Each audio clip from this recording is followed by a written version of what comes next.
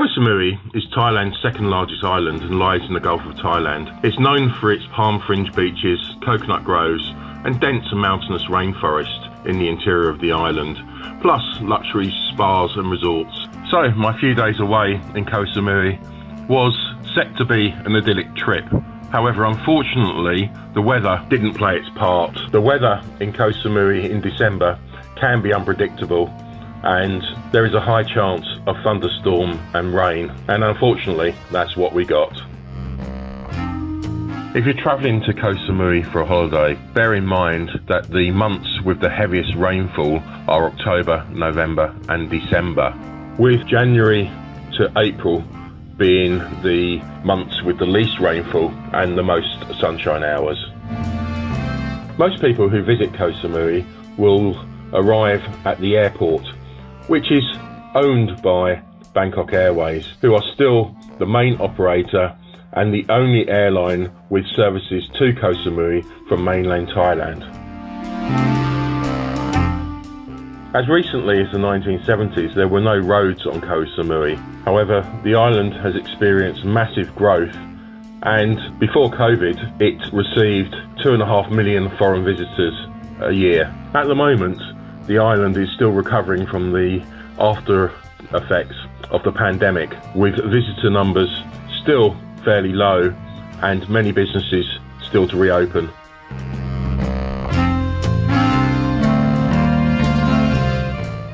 My trip to Koh Samui was at the request of my girlfriend Jasmine. However, it's a place that I've wanted to visit for many years. We decided to book a beach resort in the Bangrak beach area and selected Punnpreeda as our chosen option, as it had the facilities we were looking for at a reasonable price. Despite a free upgrade and brilliant staff, it's difficult to put a finger on it, but the resort just didn't live up to my expectations. This may have been due to the poor weather we experienced during our stay, but I think it's a stretch to call this a beach resort that consists of a thin sliver of sand and a heavily polluted sea, which I didn't feel was advisable to swim in.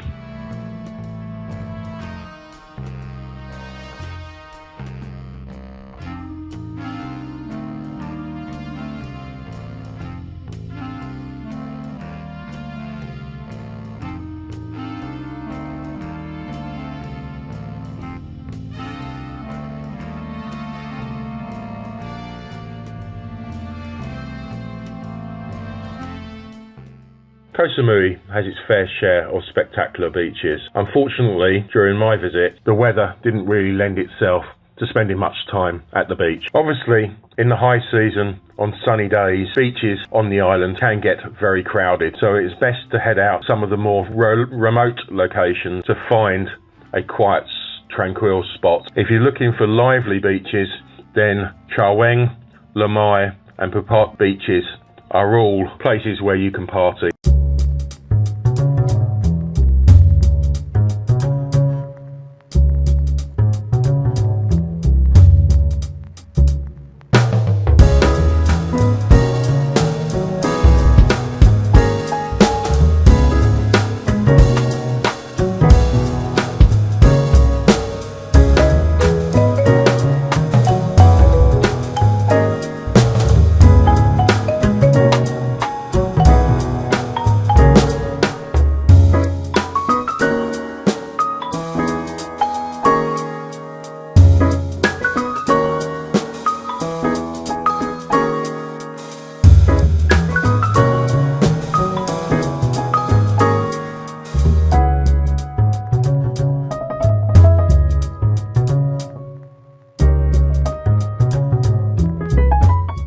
A major tourist attraction on the island is the Big Buddha Temple, Wat Phra Yai, and as with all temples in Thailand, please ensure that you dress appropriately when you visit. And that means no shorts above the knees and no vests. Shoulders should be covered. The Big Buddha itself at the temple is 12 meters tall, it's almost 40 feet, and it was built in 1972. There is the Buddhist Wheel of Life and a dragon decoration behind its head.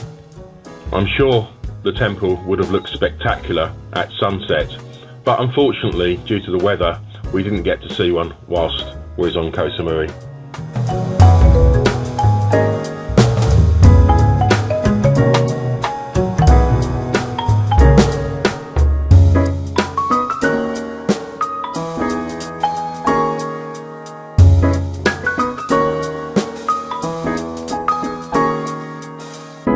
Wat Plai Liam is located just a short walk from the Big Buddha temple. The temple incorporates elements of Chinese and Thai traditions and is well worth a visit if you are in the area.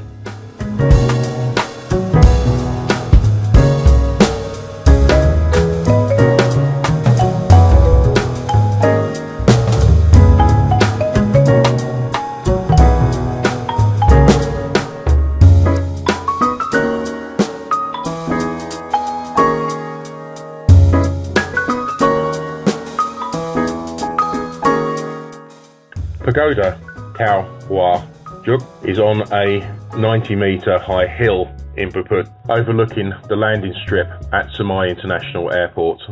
Admission to this temple is just 20 baht per person, and it is well worth the visit for the views alone. Again, with any visit to a temple in Thailand, you need to dress respectfully and be covered. This place will offer spectacular views of a sunset over Koh Samui. Unfortunately, the luck wasn't with us on the day I visited, and a heavy shower of rain completely soaked us on the way down the steps from the temple.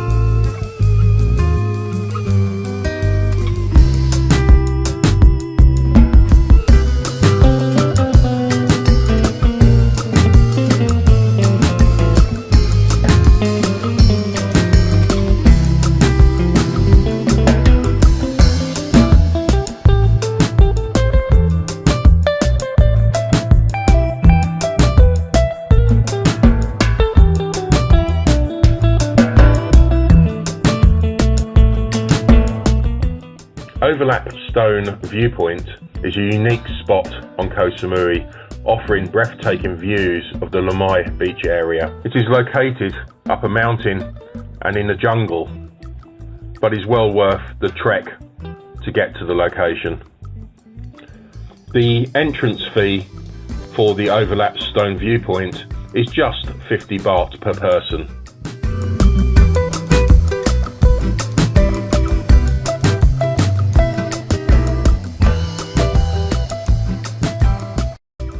The guan-yushrine was built to honour the Chinese general and is a symbol on China's influence on Thailand's rich and colourful history. The majestic shrine is 16 metres in height and is a popular tourist attraction. Wat Kunaram houses the mummified monk Luang Por Dang, who was born in 18 1894 in Koh Samui. He was around 20 years old when he was ordained as a monk. Then he disrobed, got married and started a family. At the age of 50, when his children had grown up, Luang Prabang decided to return to the temple and dedicate the rest of his life to Buddhism. He excelled at meditation and was an excellent teacher and had many followers. He died at the age of 79 in 1973, and his body has been preserved and is displayed in a glass casket in the temple.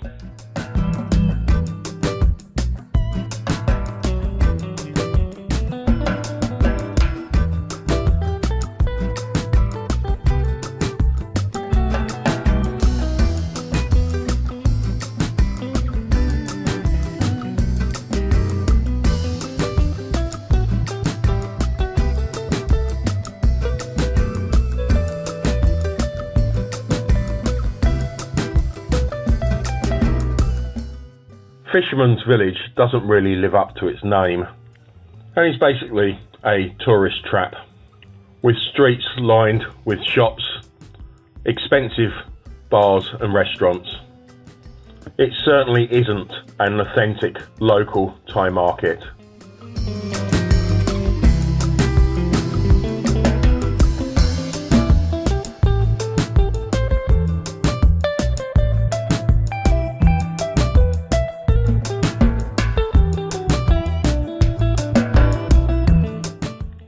Having said this, if you're looking for some nightlife in the Phuket area of Koh Samui, then by all means check out Fisherman's Village. The largest night market in Koh Samui is located in Phuket at the Fisherman's Village walking street. Merchants sell a diverse range of goods from clothing and souvenirs, electronics, watches, and many food options. This is a great place to go after dark when you can select your chosen food, sit down at one of the provided tables and order yourself a cheap cocktail whilst enjoying the atmosphere around you.